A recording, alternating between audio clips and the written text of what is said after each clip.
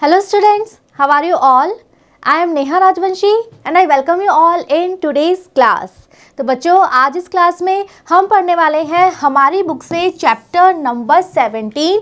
Chapter का नाम है India her past and future. तो बच्चों ये जो चैप्टर हम यहाँ पढ़ने वाले हैं ये मिस्टर जवाहरलाल नेहरू इनके द्वारा दी गई एक स्पीच का एक पार्ट है। जवाहरलाल नेहरू जो कि हमारे देश के पहले प्रधानमंत्री थे, उन्होंने एक स्पीच एक भाषण दिया था जिसमें वो बात कर रहे थे अपने देश भारत के बारे में और वो डिस्कस कर रहे थे कि भारत का क्या अतीत रहा है और साथ ही साथ भारत को लेकर वो क्या सपना देखते हैं कि भारत का भविष्य कैसा होना चाहिए। इसी के बारे में उन्होंने एक स्पीच एक भाषण दिया था और उसी भाषण का एक छोटा पार्ट हम यहाँ इस चैप्टर में पढ़ने वाले हैं। तो यहाँ हम जानेंगे जवाहरलाल नेहरू के विचार भारत के बारे में एंड स्पेशली भारत के अतीत और उसके फ्यूचर से संबंधित उनके जो विचार है वो हम यहाँ पढ़ेंगे। तो चलिए स्टार्ट करते हैं हमारा chapter number 17। To endeavor to understand and describe the India of today would be the task of a brave man। तो बच्चों पंडित जवाहरलाल नेहरू क्या बोल रहे हैं, वो कह रहे हैं, मीनिंग्स देख लीजिए। एंडेवर का मतलब होता है कठिन परिश्रम से कोई कार्य करना।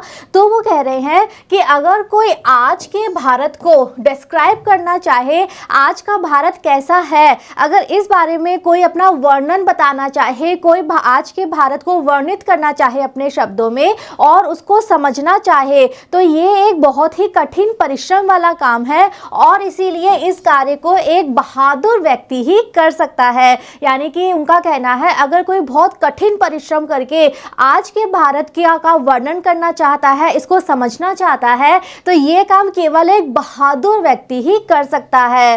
To describe tomorrow's India would verge on rashness. और अगर कोई टुमारोज यानी कि कल का भारत यानी कि भविष्य के भारत के बारे में कोई बात करना चाहता है तो वो बात तो कोई तभी कर सकता है। रैशनेस का मतलब होता है जब आप किसी चीज को लेके बहुत ज्यादा बेचैन हो, आतुर हो। एंड वर्ड्स मीन्स किनारा। तो अगर आपके मन में आतुरता के किनारे पर आप पहुंच चुके हो तभी आप कल के भारत की बात कर पाओगे। इसका मतलब है पंडित जवाहरलाल नेहरू यहाँ पे ये कहना चाहते हैं कि कल भारत कैसा होगा, ये एक ऐसा टॉपिक है जिसके बारे में हम बहुत इजीली आंसर नहीं दे सकते हैं। अगर आप बहुत ज़्यादा आतुर हो तभी आप इस बारे में डिस्कस करोगे, बिकॉज एक ऐसी चीज़ है जो कोई अभी तक कल्पना नहीं कर सकता कि भारत का भविष्य कैसा होने वाला है, कल हमारा देश कहाँ होगा, कैसा होगा। ठीक है। What is India? Next Nehru ji एक क्वेश्चन पूछते हैं, भारत एक्चुअल में है क्या? That is a question which has come back again and again to my mind। Nehru ji का कहना है कि ये एक ऐसा प्रश्न है जो बार बार मेरे मस्तिष्क में लौट के आता है। एक ऐसा प्रश्न है जो मैं भूल नहीं सकता, बार बार मैं यही सोचता हूँ कि एक्चुअल में भारत है क्या। The early beginnings of our history filled me with wonder। Next Nehru ji कहते हैं कि अगर मैं भारत के हिस्ट्री यानी इतिहास के बारे में सोचूं तो भारत का जो अर्ली बिगिनिंग है यानी कि भारत के इतिहास की जहां से शुरुआत होती है, जो प्रारंभिक समय है, अगर मैं उसके बारे में सोचूं तो वो सोच के आज भी मैं आश्चर्य से भर जाता हूं कि हमारे देश का क्या इतिहास रहा है। हमारे देश का जो इतिहास है वो मुझे आश्चर्य से आज भी भर देता है। It was the past of a virile and vigorous race with a questioning spirit and an urge for free inquiry. अब जब वो भारत के इतिहास के बारे में सोचते हैं, उस समय जो लोग यहाँ पे रहा करते थे उनके बारे में सोचते हैं, तो नेहरू जी का कहना है कि हमारा देश का जो इतिहास है उस समय यहाँ पे जो रेस जो प्रजाति रहा करती थी, जो लोग रहा करते थे वो कैसे थे। वायरल का मतलब होता है जो बहुत शक्तिशाली थे एंड विगरस यानी बहुत जोशीले थे। तो अकॉर्डिंग टू नेहरू जी जो इंडिया के स्टार्टिंग समय में जो लोग यहाँ पे रहा करते थे वो ऊर्जा से भरे हुए थे, जोश से भरे हुए थे, विथ अ क्वेश्चनिंग स्पिरिट। और उन सबके अंदर क्वेश्चनिंग स्पिरिट होती थी। इसका मतलब वो हर चीज को लेकर जिज्ञासु होते थे, हर चीज को लेकर वो प्रश्न पूछा करते थे कि अगर ऐसा हो रहा है तो क्यों हो रहा है। ओके, तो उनके मन में प्रश्न रहा करते थे हर समय, वो जिज्ञासु प्रवृत्ति के थे। और साथ ही साथ अर्ज फॉर फ्री इंक्वायरी, वो हर चीज के बारे में अगेन इंक्वायरी यानी पूछताछ जांच करना चाहते थे। तो इसका मतलब मतलब अगेन वही कि वो हर चीज़ के बारे में प्रश्न पूछते थे और उनको प्रश्न पूछने की अनुमति भी थी ताकि वो अपने ज्ञान बढ़ा सके, अपनी जिज्ञासा को शांत कर सके, और वो ऊर्जा से और जोश से भरे हुए थे। And even in its earliest known period, giving evidence of a mature and tolerant civilization. Meanings देख लेते हैं एक बार। Evidence का मतलब होता है बच्चों सबूत, किसी बात का proof। Mature जो बहुत ज़्यादा परिपक्व है, ओके। Tolerant जो सहनशील है, and civilization means सभ्यता। तो यहाँ पे नेहरू जी का कहना है कि भारत के इतिहास के जो अर्लीस्ट पीरियड है, यानी कि जहाँ से हमें पता चलता है कि भारत का इतिहास यहाँ से शुरू हुआ था, तो वो जो बिल्कुल प्रारंभिक समय है इतिहास का, वो इतिहास हमें बहुत सारे एविडेंस यानी सबूत देता है कि उस समय यहाँ की जो सिविलाइजेशन सभ्यता थी वो कैसी थी, मैच्योर बहुत परिपक्व, एंड टॉलरेंट सहनशील। यानी कि जो भारत का इतिहास का प्रारंभिक समय था उस समय जो लोग यहाँ पे रहते थे वो बहुत जोशीले थे, शक्तिशाली थे, जिज्ञासु थे, अपना ज्ञान बढ़ाते थे, हर चीज़ के बारे में प्रश्न पूछते थे। और उस समय भारत में जो सभ्यता थी वो बहुत परिपक्व और सहनशील थी। इस बात के बहुत सारे सबूत हमें मिलते हैं हमारे भारत के इतिहास से, ठीक है। Accepting life and its joys and burdens, it was ever searching for the ultimate and the universal। तो उस समय भारत की सभ्यता और यहाँ के लोग कैसे थे, वो अपने जीवन को एक्सेप्ट यानी स्वीकार करते थे, and its joys and burdens. और बच्चों जीवन कैसा होता है सबको पता है, जीवन में जॉयस खुशियाँ भी होती हैं तो बर्डन भी आता है, मुश्किल समय भी आता है। इसी का नाम जीवन है जहाँ सुख भी है और दुख भी है। तो उस समय जो लोग थे वो अपने जीवन को स्वीकार करते थे, जीवन में आने वाली खुशियों को भी स्वीकार करते थे, और अगर कोई बुरा समय आ गया है, मुश्किल समय आ गया है, तो उसमें भी वो उदास होकर नहीं बैठते थे बल्कि उस स्थिति का सामना करते थे, उसको स्वीकार करते थे। इट वॉज एवर सर्चिंग, और फिर वो लगातार सर्चिंग तलाश करते थे, लगातार वो ढूंढते रहते थे किस चीज़ की, उस चीज़ के लिए जो कि अल्टीमेट यानी कि हम कह सकते हैं जो कि परम सत्य है, चरम सीमा है सत्य की, और जो यूनिवर्सल है, सार्वभौमिक है, यानी कि जो पूरे विश्व में एक समान है। तो यानी भारत के जो लोग थे उस समय वो ऐसे थे जो उस चीज के लिए तलाश करते थे जो कि पूरे विश्व में एक समान है, यूनिवर्सल है, और जो अल्टीमेट है, जो चरम सीमा पे है, जो कि हम कह सकते हैं परम सत्य है।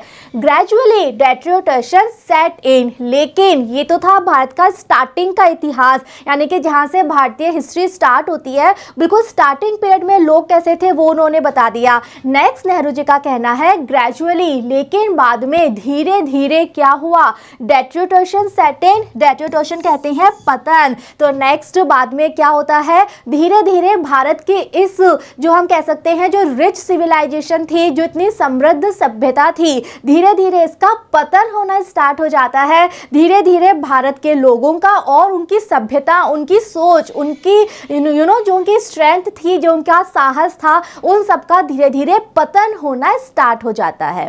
ओके, दो lost its freshness and became stale, और जब पतन होना शुरू हुआ भारत की सभ्यता का, तो भारत की सभ्यता ने अपनी सारी फ्रेशनेस खो दी। जो भी भारत की सभ्यता में ओरिजिनल चीज़ थी ना, कि ये बिल्कुल फ्रेश थी, बिल्कुल तरोताज़ा था, यहाँ के लोगों का दिमाग तरोताज़ा था, यहाँ के लोगों की सोच बिल्कुल नहीं थी, सभ्यता बिल्कुल फ्रेश थी, तो वो चीज़ धीरे धीरे चली जाती है, फ्रेशनेस खो जाती है, और यहाँ की सभ्यता स्टेल बन जाती है, घिसी पिटी बन जाती है, यहाँ के लोगों की सोच घिसी पिटी बन जाती है। And the vitality and exuberance of youth gave place to crabbed age, और साथ साथ क्या होता है, अब तक यहाँ के युवा लोगों में जो विटैलिटी थी, पहले जो ऊर्जा से भरे हुए लोग थे यहाँ के, और एक्सुबरेंस जो उल्लास से भरे हुए लोग थे यहाँ के, वो भी चेंज होते होते कैसे हो गए, अब वो ऐसे हो गए कि वो क्रेप्ड एज बन के रह गए। क्रेप्ड एज का मतलब भी बिल्कुल अनफ्रेंडली हो गए। अब वो किसी के साथ दोस्ती नहीं करना चाहते थे, हर लोगों से बच के छुप के वो रहने लग गए। तो इस तरह से भारत की सभ्यता का और यहाँ के लोगों का पतन होने लग गया। कैसे, वापस समझ लेते हैं। वो सभ्यता जो पहले फ्रेशनेस से भरी थी वो धीरे धीरे स्टेल हो गई, बासी हो गई, घिसी पिटी हो गई। और यहाँ के लोग जो ऊर्जा से, जोश से भरे हुए रहते थे, लेकिन अब वो धीरे धीरे क्रैक्ड एज जैसे हो गए, अनफ्रेंडली हो गए। अब वो लोगों से मिलते जुलते नहीं थे, अपने आप में अकेले एकांत में रहने लग गए। Instead of spirit of adventure, there came lifeless routine। और क्या चेंज हुआ?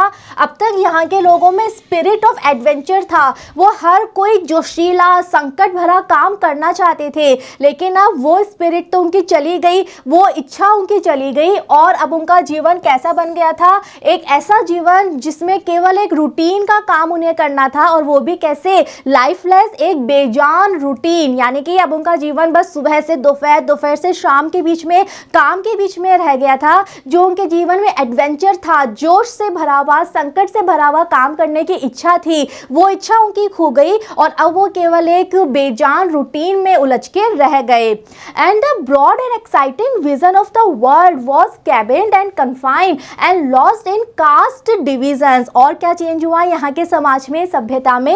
अब तक यहाँ का जो विजन था, जो दृष्टिकोण था, जो कि बहुत ही ब्रॉड यानी कि विस्तृत था। ओके, अब तक यहाँ के लोगों का दिमाग बहुत विस्तृत था, उनका दृष्टिकोण बहुत विस्तृत था पूरे विश्व को लेकर, लेकिन अब वो दृष्टिकोण कैबिन यानी पाबंद हो गया था, कन्फाइंड सीमित हो गया था, और लॉस्ट खो गया था। किसमें? कास्ट डिवीजन में, जाति पे आधारित भेदभाव में। यानी कि अब भारत के लोगों के दिमाग में ये बात आ गई थी, मैं इस जाति का हूँ, वो उस जाति का है। जबकि पहले क्या होता था, सभी लोग इतने ब्रॉड माइंड के होते थे, इतने खुले दिमाग के होते थे, इतने विस्तृत दिमाग के होते थे, उनका दिल इतना बड़ा होता था कि कोई किसी में भेदभाव नहीं करता था, कोई किसी में अंतर नहीं करता था, सब एक दूसरे को अपना ही मानते थे, अपना भाई मानते थे। लेकिन अब धीरे धीरे समाज में अलग अलग बंटवारा हो गया था, समाज के अलग अलग हिस्से हो गए थे जो कि कास्ट पे आधारित थे, जाति पे आधारित थे,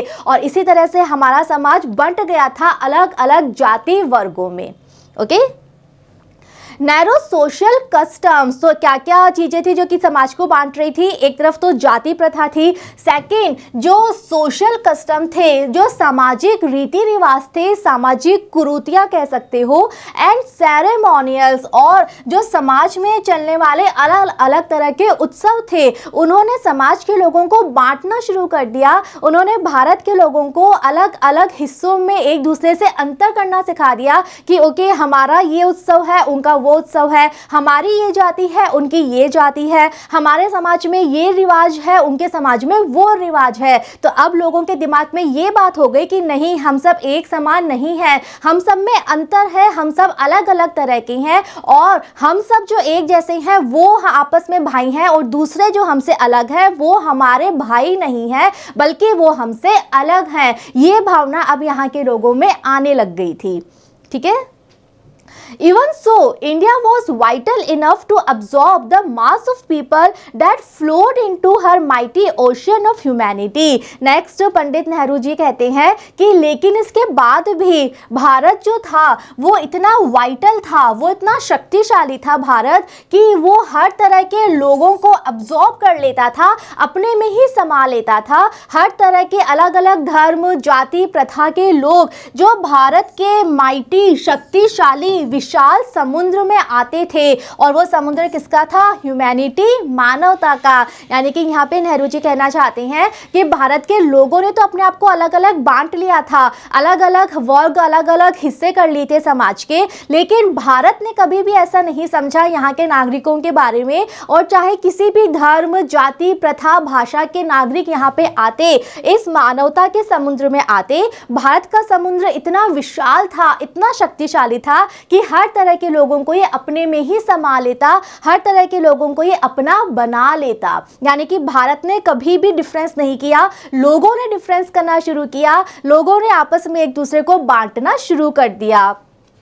and she never quite forgot the thoughts that had stirred in the days of her youthful vigor. Next Pandit ji कहते हैं कि भारत ने, शी यहाँ पे यूज हुआ है इंडिया के लिए, भारत ने, तो भारत कभी भी नहीं भूला उन विचारों को जो विचार, स्टिर का मतलब होता है हिलाना, ओके, आप कह सकते हो किसी चीज को उत्पन्न करना, तो वो विचार जो भारत के उस समय में जब भारत एक तरह से जवान था, जब भारत में जवानी का जोश था, तो उस समय जो विचार भारत में थे उन विचारों को भारत कभी नहीं भूल पाया। यानी कि उस समय की बात यहाँ पे पंडित जी कर रहे हैं जो भारत की बिल्कुल स्टार्टिंग हिस्ट्री थी ना, जो हमने स्टार्टिंग में पढ़ा था कि यहाँ के लोग कितने जोशीले थे, ऊर्जा से भरे हुए थे, ओके, और सबको अपना मानते थे, उनका मस्तिष्क कितना ब्रॉड था, दिल कितना विशाल था। तो इन बातों को लोग तो भूल गए, उन्होंने अपने आप को बांटना शुरू कर दिया, लेकिन भारत इन बातों को कभी नहीं भूल पाया। उसके लिए अभी भी सभी नागरिक एक समान थे, सभी लोग जो यहाँ पे निवास करते हैं अभी भी वो सब एक समान थे, एक जैसे थे, okay. Subsequently, India was powerfully influenced by the coming of Islam and Muslim inventions. और उसके बाद में हम सबने पढ़ा है भारत का इतिहास क्या होता है। Subsequently का मतलब होता है बाद में। तो पहले तो पतन शुरू कैसे हुआ, जब भारत में अलग अलग धर्म, जाति, संप्रदाय बन गए, ओके, लोगों ने एक दूसरे को अपने से अलग समझना शुरू कर दिया, अलग अलग वर्गों में बांट लिया, तो भारत की सभ्यता का पतन शुरू हो गया। और बाद में पतन पूरी तरह से कैसे हो गया, जब भारत पे पावरफुली, शक्तिशाली तरीके से भारत को इन्फ्लुएंस किया गया, प्रभावित किया गया, किसके द्वारा, भारत में जो अलग अलग तरह के इन्वेंशंस यानी आक्रमण किए गए, इस्लाम धर्म के द्वारा, मुस्लिम के द्वारा। आप सबको पता है कि ये सब लोग आक्रमण करने के लिए भारत में आए थे, हम सब ने भारत का इतिहास पढ़ा है। तो इस तरह से जो ये आक्रमण किया गया भारत पे, इस सब की वजह से भारत का जो पतन था, यहाँ की जो सभ्यता का पतन था, वो बहुत ज़्यादा हो गया, बढ़ गया।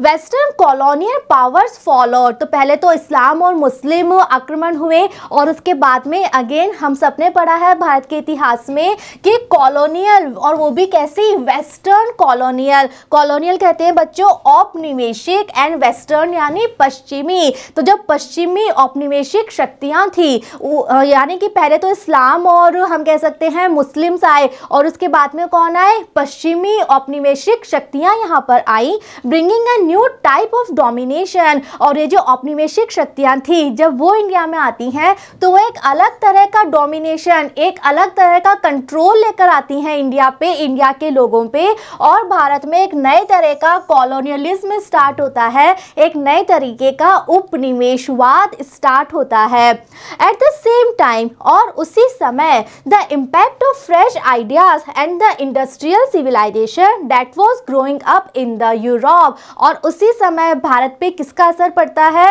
उन सभी फ्रेश आइडियाज का, उन सभी नए नए विचारों का, और इंडस्ट्रियल सिविलाइजेशन, औद्योगिक सभ्यता का, जो कि यूरोप में अब बहुत ज़्यादा ग्रो हो रही थी और यूरोप में बहुत ज़्यादा विकसित हो रही थी। यस, हम सबको पता है, भारत का इतिहास हम सब ने पढ़ा है कि किस तरह से जब ईस्ट इंडिया कंपनी यहाँ पर आई थी, किस तरह से भारत पर ब्रिटिशर्स का रूल स्टार्ट हुआ था, एक उपनिवेशवाद की स्थापना हुई थी, एक पश्चिमी औपनिवेशिक शक्ति आ गई थी, और फिर भारत के लोगों ने यूरोप से सीखना शुरू किया था, जो वहाँ पे इंडस्ट्रियल सिविलाइजेशन चल रही थी, प्रौद्योगिक कह सकते हो, औद्योगिक सभ्यता का जो विकास हो रहा था, और उस सभ्यता के तहत जो नए नए विचार आ रहे थे, उन विचारों का प्रभाव भी भारत पे पड़ता जा रहा था।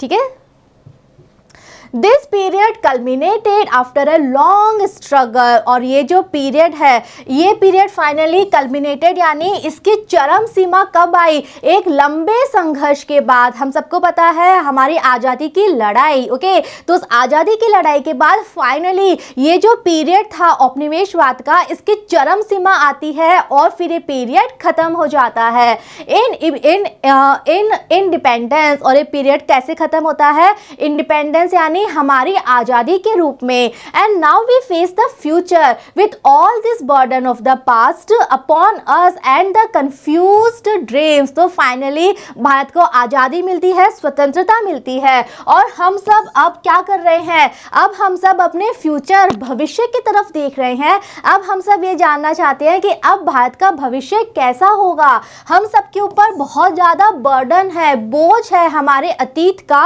और हम सब के मन में बहुत सारे सपने हैं, बहुत सारी आशाएं हैं, बहुत सारे लक्ष्य हैं जो कि कंफ्यूज्ड है, बहुत ज़्यादा क्लियर नहीं है, असमंजसता से भरे हुए हैं। ओके तो यहाँ पे बच्चों नेहरू जी कह रहे हैं कि किस तरह से पहले स्टार्टिंग की अगर हम बात करें तो भारत की सभ्यता हम कह सकते हैं कितनी ज़्यादा एनरिच थी, कितनी ज़्यादा समृद्ध थी। धीरे धीरे पतन शुरू होता है, धीरे धीरे अलग अलग जाति वर्ग के आधार पे अलग अलग भेदभाव शुरू होता है। फिर मुस्लिम्स आते हैं, इस्लाम आता है, और बाद में यूरोप से ब्रिटिशर्स आते हैं, और फाइनली जब भारत को आज़ादी मिली तो अब भारत के लोग आज़ाद तो हो गए, लेकिन अब उनके मन में डाउट था, कंफ्यूजन था कि अब भारत का फ्यूचर क्या होगा, कैसा भविष्य भारत का बनेगा। तो भारत के लोगों के मन में बहुत सारे सपने तो थे, बहुत सारे आशाएं थी, लेकिन वो आशाएं क्लियर नहीं थी, स्पष्ट नहीं थी, बल्कि धुंधली सी थी, असमंजसता से भरी हुई थी। And steering of the future that we seek to build, और यहाँ के लोग बहुत ज़्यादा स्टीयरिंग यानी उत्तेजक थे कि भारत का जो भविष्य है जो हम अब बनाएंगे वो भविष्य कैसा होगा, अब भारत किस दिशा में आगे बढ़ेगा, किस तरफ आगे बढ़ेगा। इस सब को लेकर भारत के लोग बहुत ज़्यादा उत्तेजक थे और बहुत ज़्यादा धुंधले सपनों से भरे हुए थे। In the tumult and confusion of our time, we stand facing both ways। तो बच्चों यहाँ पे अब पंडित नेहरू का कहना है हम सबके मन में ट्यूमुल्ट यानी कोलाहल है, हम सबके मन में कंफ्यूजन है, असमंजस है हमारे समय को लेकर, लेकिन फिर भी हम सब खड़े हैं फेसिंग बोथ वेज, दोनों तरफ फेस करते हुए, दोनों तरफ का सामना करते हुए हम खड़े हैं। अब बच्चों ये दो तरफ कौन कौन सी हैं, फॉरवर्ड टू द फ्यूचर, एक तरफ तो हम सामने भविष्य की तरफ देख रहे हैं, and backwards to the past, और दूसरी तरफ हमारे पीछे हमारा अतीत, हमारा इतिहास है। यानी कि पंडित नेहरू का कहना है कि अब हम वहां खड़े हैं जहां हमारे पीछे हमारा इतिहास है, हम इतिहास को नहीं भूल सकते, और सामने देखें तो भविष्य है जहां हमें आगे बढ़ना है, और बीच में हम खड़े हैं, हम दोनों तरफ देख रहे हैं, कभी हम अपने अतीत को देख रहे हैं, कभी हम अपने भविष्य की तरफ देख रहे हैं।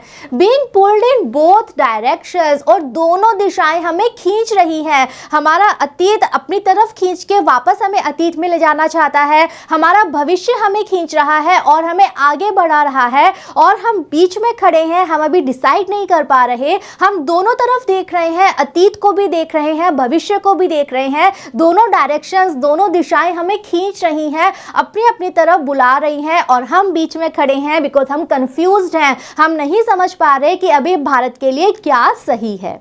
Okay How can we resolve this conflict and evolve a structure for living which fulfills our material needs and at the same time sustains our mind and spirit। तो बच्चों यहाँ पे नेहरू जी कह रहे हैं कि हम कैसे इस कॉन्फ्लिक्ट को रिजॉल्व करें। कॉन्फ्लिक्ट यानी संघर्ष, तो ये जो संघर्ष चल रहा है अतीत और भविष्य का, इस संघर्ष को हम कैसे रिजॉल्व यानी हल करें, और कैसे हम एक ऐसा स्ट्रक्चर बनाएं, एक ऐसा ढांचा बनाएं, इवॉल्व यानी विकसित करना। तो कैसे हम एक उस ढांचे को विकसित करें जिसके द्वारा हम क्या करें, फुलफिल्स आवर मटीरियल नीड्स, जिसके द्वारा हम अपनी भौतिक आवश्यकताओं को पूरा कर पाए, and at the same time, और उसी के साथ साथ sustains our mind and spirit. तो बच्चों हमारे लिए अपनी भौतिक आवश्यकताएं पूरी करना जितना जरूरी है, उतना ही जरूरी अपने मस्तिष्क, अपनी आत्मा को बनाए रखना है। ओके तो पंडित जी का कहना है कि इस समय हम सब लोगों के लिए सबसे मेन जो पर्पज है, सबसे बड़ा जो प्रोजेक्ट है हमारा, वो ये है कि हम एक ऐसा स्ट्रक्चर बनाए, हम एक ऐसा ढांचा बनाए जहां हम अपनी आजीविका चला पाए, हम पैसे कमा पाए, ताकि हम अपनी जो भौतिक आवश्यकताएं हैं, रोटी कपड़ा मकान, ओके तो ये आवश्यकताएं भी हम पूरी कर पाए, लेकिन साथ साथ हमें अपना मस्तिष्क, अपनी आत्मा, उसको भी सस्टेन करना है, उसे भी बनाए रखना है। तो ऐसा कोई काम हमें करना है, भारत का भविष्य हमें उस तरफ आगे बढ़ाना है जहां ये दोनों चीजें पूरी हमारी हो पाए, भौतिक आवश्यकताएं भी पूरी हो पाए और हमारा मस्तिष्क और आत्मा ये भी शांति प्राप्त कर सके, ये भी अच्छी स्थिति में बने रह पाए। What new ideas और old ideas, तो इसके लिए हमें अब क्या करना है, हमारे पास बहुत सारे नए नए आदर्श हैं और साथ ही साथ हमारे अतीत के भी, भारत का जो इतिहास रहा है वहाँ से भी हम बहुत सारे आदर्शों को ले सकते हैं। Varied and adapted to the new world, तो इस तरह से बहुत सारे आदर्श हैं जो कि वेरिड यानी अलग अलग हैं, तो इन्हें हम स्वीकार कर सकते हैं एक नए विश्व के लिए। Can we please before our people, तो क्या इन सारे आदर्शों को हम अपने लोगों के सामने रख सकते हैं, अपने भारत के नागरिकों के सामने रख सकते हैं।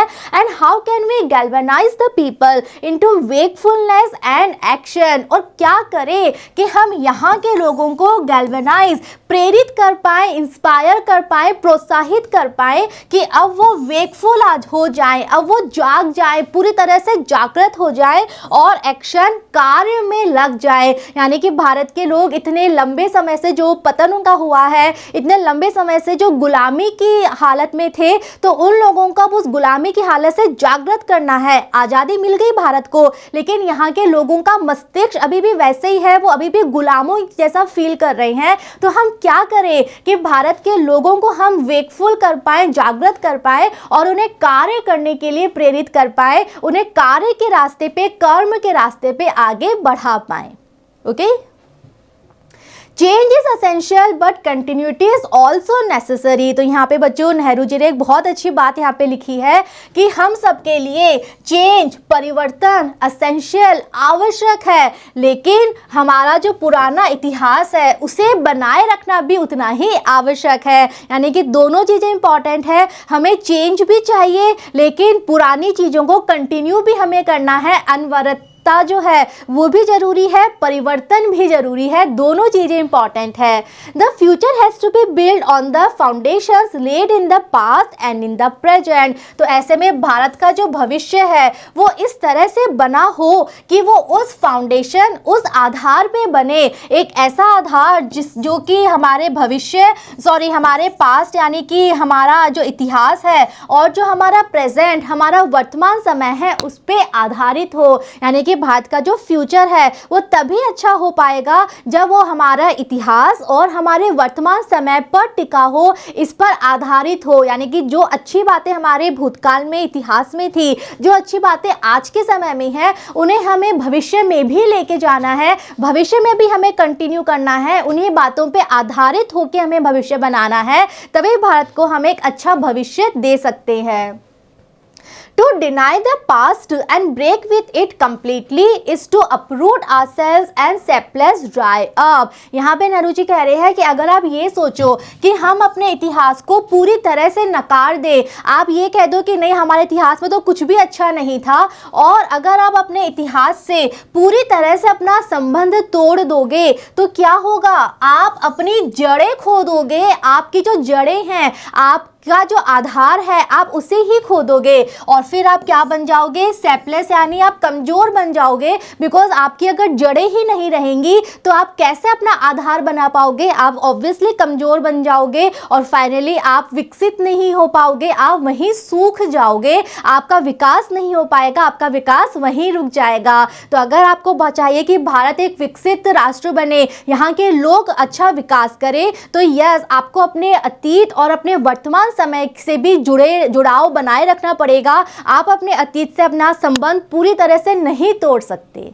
Okay, It was the virtue of Gandhi ji to keep his feet firmly planted in the rich traditions of our race and our soil। Next Nehru ji कह रहे हैं, यहाँ पे वो गांधी जी की बात कर रहे हैं, वो कह रहे हैं कि गांधी जी में ये वर्च्यू था, ये एक बहुत बड़ा गुण था उनमें कि वो हमेशा अपने पैर फर्मली, दृढ़ता से प्लांटेड, जमाए रखते थे। कहाँ पे, rich tradition of our race, हमारी प्रजाति की जो अच्छी अच्छी परंपराएं हैं उनमें वो अपना पैर दृढ़ता से जमाए रखते थे, हमारी मिट्टी को वो कभी नहीं भूले, अब हमारे मिट्टी की जड़ों को वो कभी नहीं भूले। एट द सेम टाइम, लेकिन साथ ही साथ to function on the revolutionary plane, साथ ही साथ वो क्रांतिकारी तरीके से काम करते थे। यानी कि नेहरू जी कह रहे हैं कि गांधी जी का ये गुण था कि वो दोनों चीज़ों को ध्यान रखते थे। जहां उनके पैर अपने देश की मिट्टी में, अपने देश की परंपराओं में जमे हुए थे, लेकिन साथ ही साथ वो आज के समय की जो क्रांतिकारी कार्य हैं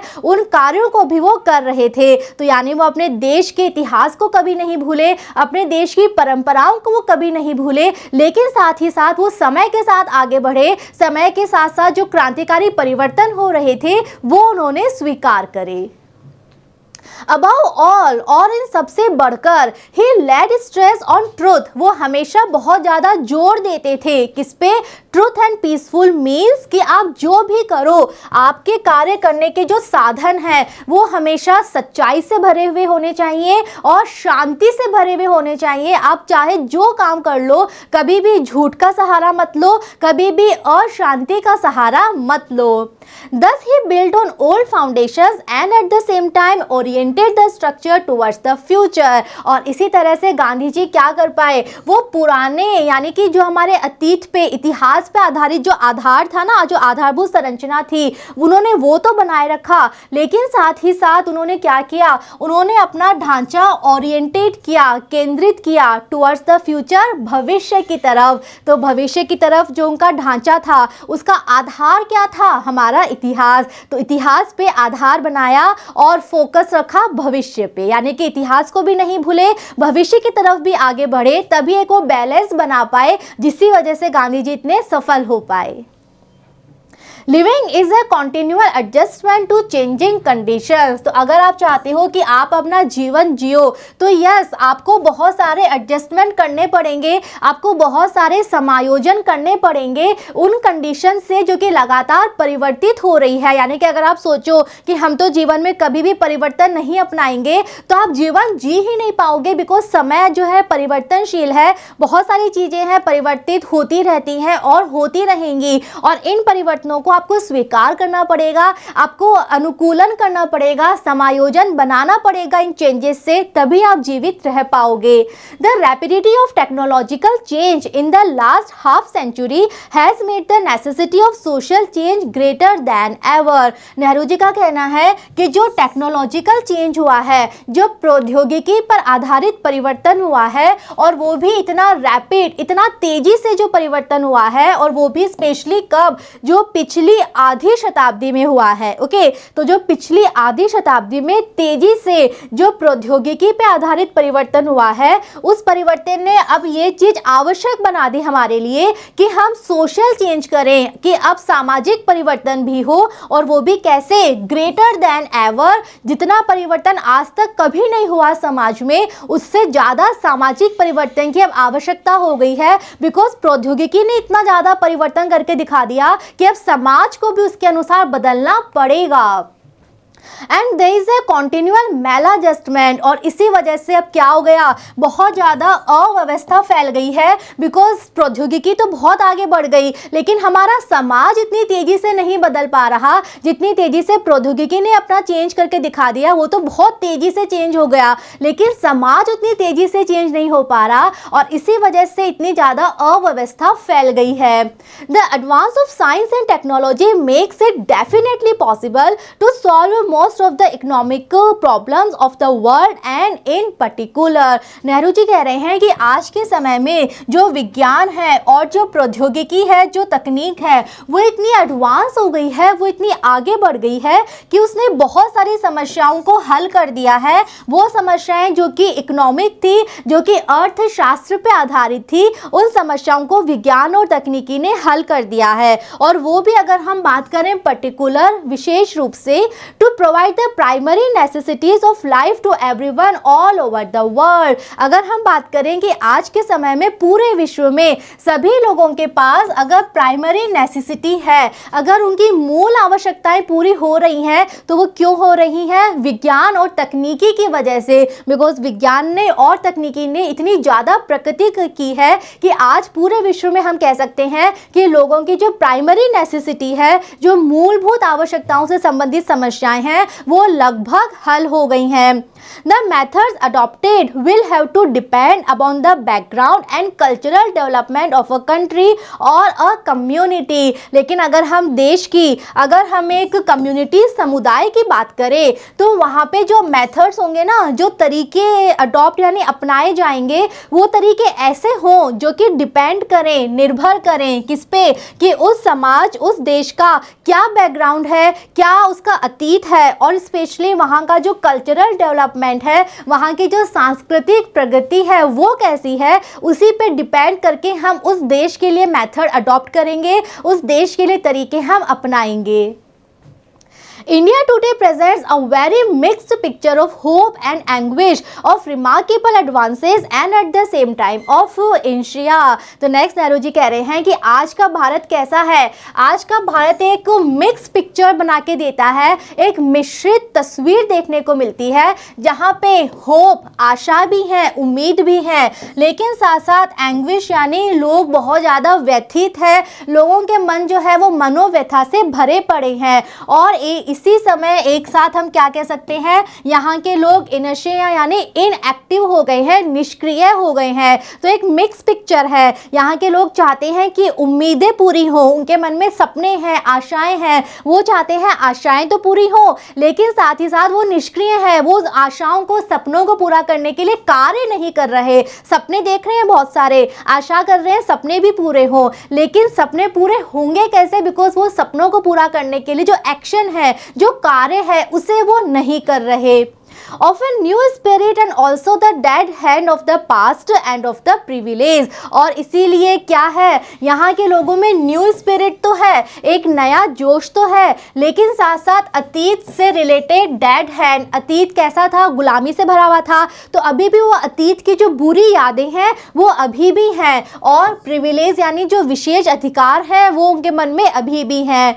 of an overall and growing unity and many disruptive tendencies. तो यहाँ के लोग चाहते हैं कि हमारा देश एक ग्रोइंग यूनिटी बने, हमारा देश विकास करे, प्रगति करे, आगे बढ़े, लेकिन साथ साथ उनके आज यहाँ के लोगों के मन में डिस्ट्रप्टिव टेंडेंसीज हैं, ऐसी प्रवृत्तियाँ हैं जो उनके मार्ग में बाधा बन रही हैं। इट मीन्स नेहरू जी का कहना है कि यहाँ के लोगों के मन में दोनों विचार है। वो ये तो चाह रहे हैं क्योंकि सपने पूरे हों, लेकिन सपनों को पूरा करने के लिए वो कार्य नहीं कर रहे। वो ये तो चाह रहे हैं कि हमारे मन में वापस से नया जोश भरे, लेकिन पुरानी आदतें उनकी नहीं छूट रही, पुरानी मनोस्थिति उनकी नहीं हट रही। वो चाहते हैं कि भारत एक ग्रोइंग यूनिटी बने, लगातार विकसित हो, लगातार आगे बढ़े, लेकिन साथ उसी साथ उनके मन में ऐसी प्रवृत्तियां हैं जो उनके मार्ग में बाधा बनी हुई है, जो उनको कार्य नहीं करने दे रही, जो उनको विकास नहीं करने दे रही। ठीक है।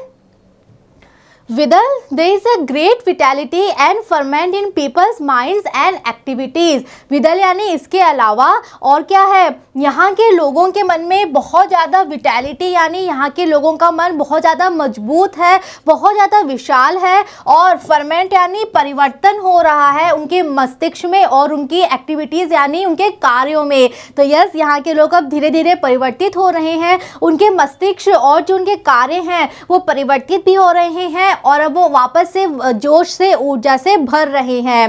It is a remarkable thing that a country and a people rooted in this remote past.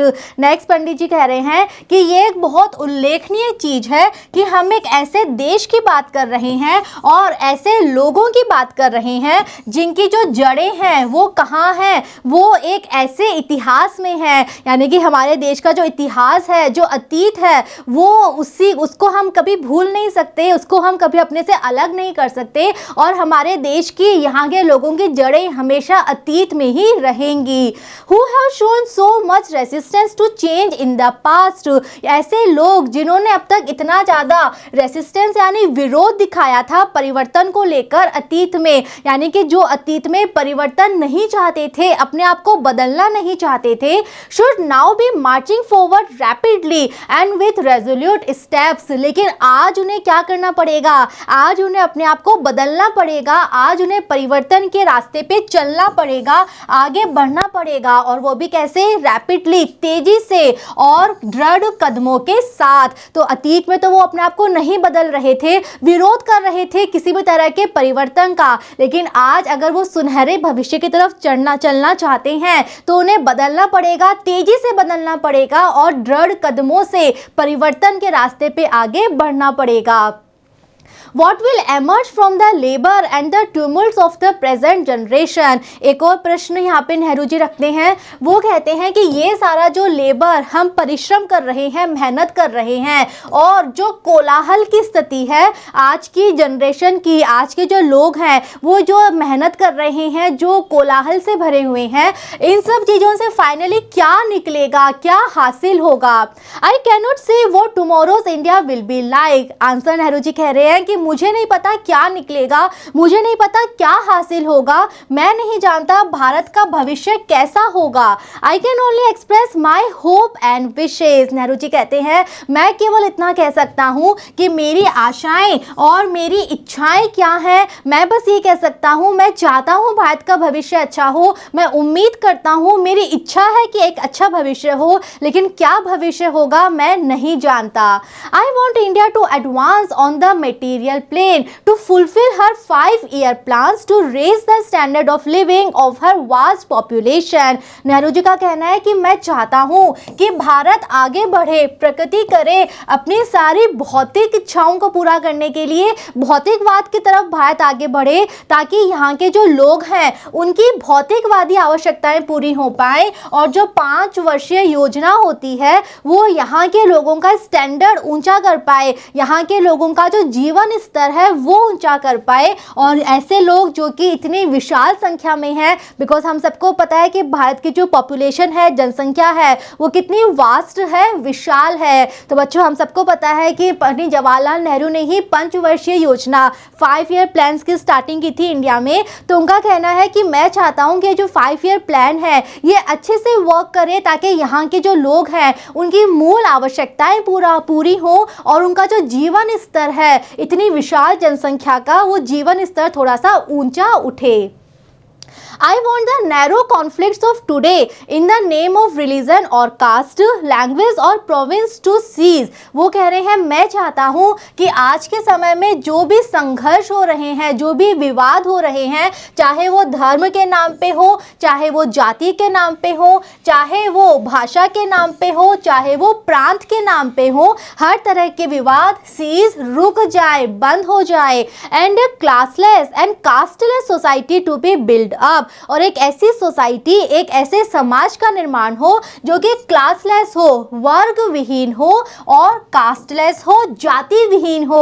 एक ऐसा समाज जहाँ पे लोग एक जैसे हो, कोई ये ना सोचे मैं इस जाति का हूँ, वो अलग जाति का है, कोई ऐसा ना सोचे उसका अलग वर्ग है। तो ना कोई क्लास हो, ना कोई कास्ट हो, एक ऐसी जाति का निर्माण हो वेयर एवरी इंडिविजुअल, और एक ऐसी जाति जहाँ हर एक व्यक्ति हैज़ फुल अपॉर्चुनिटी, हर एक व्यक्ति को समान अवसर मिले, अपॉर्चुनिटी यानी अवसर मिले, to grow according to his worth and ability. तो हर एक व्यक्ति को पूरा अवसर मिले कि वो अपनी योग्यता, अपनी सामर्थ्य के अनुसार वो ग्रो कर पाए, वो विकास कर पाए, उसको विकास करने के, आगे बढ़ने के पूरे अवसर मिले।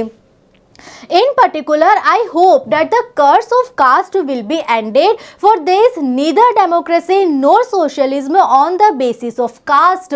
लास्ट में वो जोर दे के यही बात कहते हैं कि अगर मैं विशेष रूप से बोलूं तो मैं चाहता हूं कि जो कास्ट का सिस्टम है, जाति का सिस्टम है, जो कि एक कर्स बन गया है हमारे ऊपर, जो कि एक अभिशाप बन गया है हमारे ऊपर, ये सिस्टम हमेशा के लिए ख़त्म हो जाए। बिकॉज चाहे हम डेमोक्रेसी, लोकतंत्र की बात करें, चाहे हम सोशलिज्म समाजवाद की बात करें, इनमें से कोई भी चीज़ आप जाति प्रथा के ऊपर नहीं बना सकते। अगर आप चाहते हो लोकतंत्र आए, अगर आप चाहते हो समाजवाद आए भारत में, तो आपको जाति प्रथा हटानी पड़ेगी। जाति पे आधारित लोकतंत्र या समाजवाद की स्थापना आप नहीं कर सकते।